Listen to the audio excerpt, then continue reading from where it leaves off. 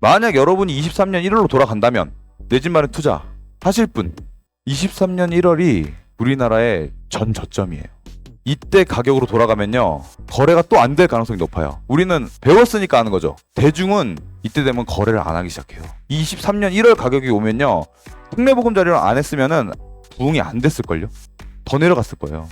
이게 정부 정책의 효과예요. 자, 네 번째, 이제 마지막으로 지금 현재 이 구간, 우리 최근 2년, 자, 거래량이 대폭 감소하죠. 거래량이 엄청 떨어졌어요. 금리가 높다 보니까. 그랬더니 세금이 안 들어와요. 경기도 난리가 납니다. 취득세가 안 들어오니까. 대구도 난리가 나요. 세금이 없으면은 그 지자체, 그러니까 국세는 나라, 지방세는 뭐 서울시, 경기도, 뭐 각 구, 시군구가 쓰는 세금이죠. 네. 그게 없으니까 나라의 곳간이 이제 부족한 거예요. 17년부터 21년까지 부동산 세금들이 이렇게 계속 늘어요. 정부가 이걸로 계속 곳간을 채웠던 거죠. 근데 지금은 이제 거래가 안 되니까 곳간이 바닥나기 시작하는 거예요. 여러분, 우리나라 세금이 부동산 시장에서 차지하는 비중을 알고 계셔야 돼요. 국세, 제가 적어놨죠. 국세는 우리나라 세금의 20%를 차지합니다. 퀴즈 하나 내드릴게요, 여기서. 지방세는 과연 몇 프로 차지할까요? 보시면요, 지방세는 50%를 차지해요. 어마어마한 거예요. 그러니까 거래가 급감하면요, 각 시군구에 돈이 없어져요. 돈이. 뭐를 하려고 해도 할 수가 없다는 얘기예요. 그러다 보니까 규제를 완화하기 시작합니다. 거래가 돼야 될 거 아니에요, 거래가. 다 풀어줘요. 주택담보대출 70%, 뭐 다주택자 허용, 규제지역 다 풀어요. 다 풀기 시작했죠, 이때부터. 송파, 강남, 서초, 용산 빼고 다 풉니다. 전매 제한 풀고요. 무주택 요건 완화까지 다 풀어요. 그리고 재건축까지 규제를 완화합니다. 그리고 활용 정점으로 특례보금자리론 출시합니다. 이 특례보금자리론 여러분 잊으면 안 돼요. 지금은 이제 안 하고 있지만, 지금은 신생아대출로 하고 있지만, 특례보금자리론이 또 나오면은 이거는 우리나라의 부동산 시장이 전 저점이 될 수 있어요. 보시면은 처음에 1월 30일 날 시작했거든요. 특례보금자리론이. 23년 1월 30일. 불과 3개월 만에 30조 원이 몰립니다. 그리고 금리도 조금 싸게 해줬죠. 1월 30일부터 시작된 특례보금자리론은 9억 이하 주택에 한해서 가능했고요. 소득이 없으면 안 됐어요. 소득 제한이 없는 거예요. 소득이 없는 게 아니고 소득 제한.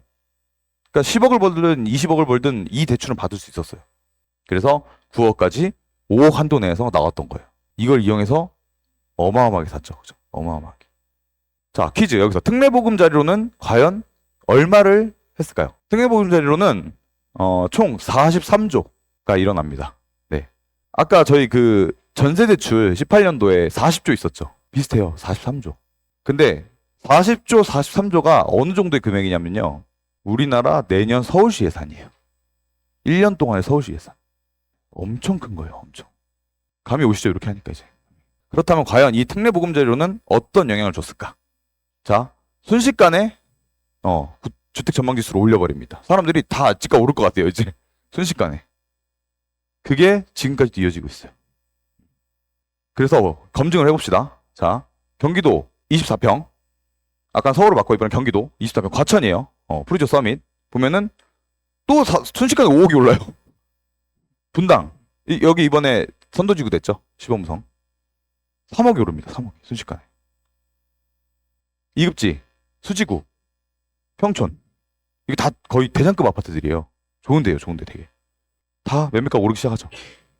3급지, 하남, 구리. 네. 다 오르기 시작합니다.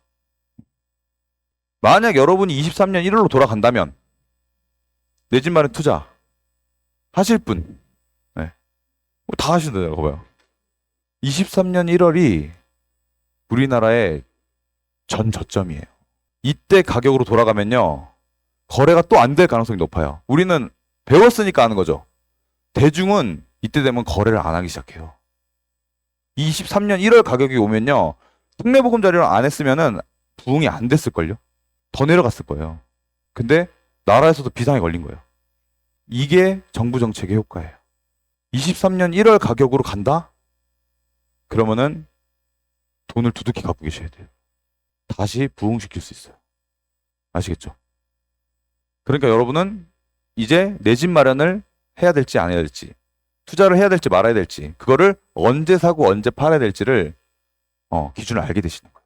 이게 아파트 가격의 상방과 하방으로 이어지는 겁니다.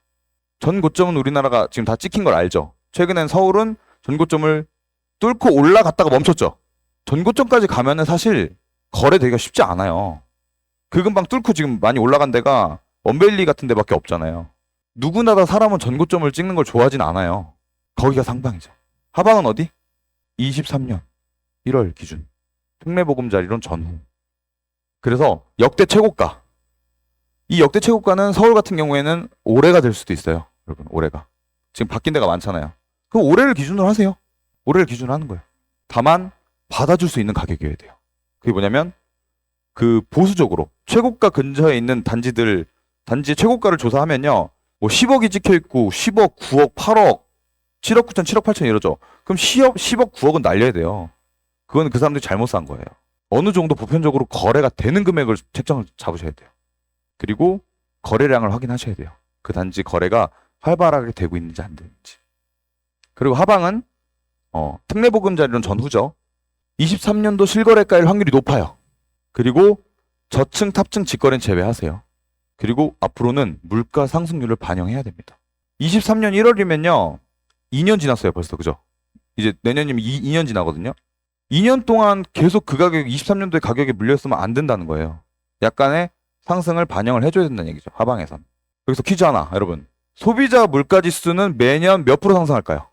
물가 상승률. 보시면은 2.3%의 물가 상승률을 매년 기록해요. 매년. 이거 알고 계세요? 이거 상식이에요, 이제 상식. 물가가 매년 2.3%씩 오르고 있다는 얘기예요. 부동산도 2.4%씩 올랐습니다. 이게 우연일까요?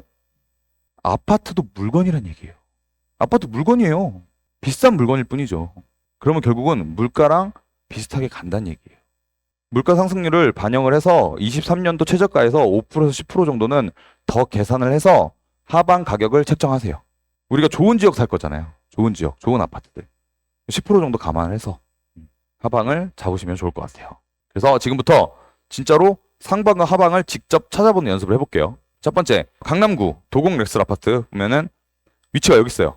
가운데 주황색 보이시죠? 한티역과 도곡역 사이 입지가 엄청 좋습니다. 지금 배웠죠? 최고가 받을 수 있는 가격 보수적으로 책정하는 거예요. 보시면은 그리고 하방은 특례보금자리론 전후 23년 실거래가 물가 상승률 반영 기억하세요.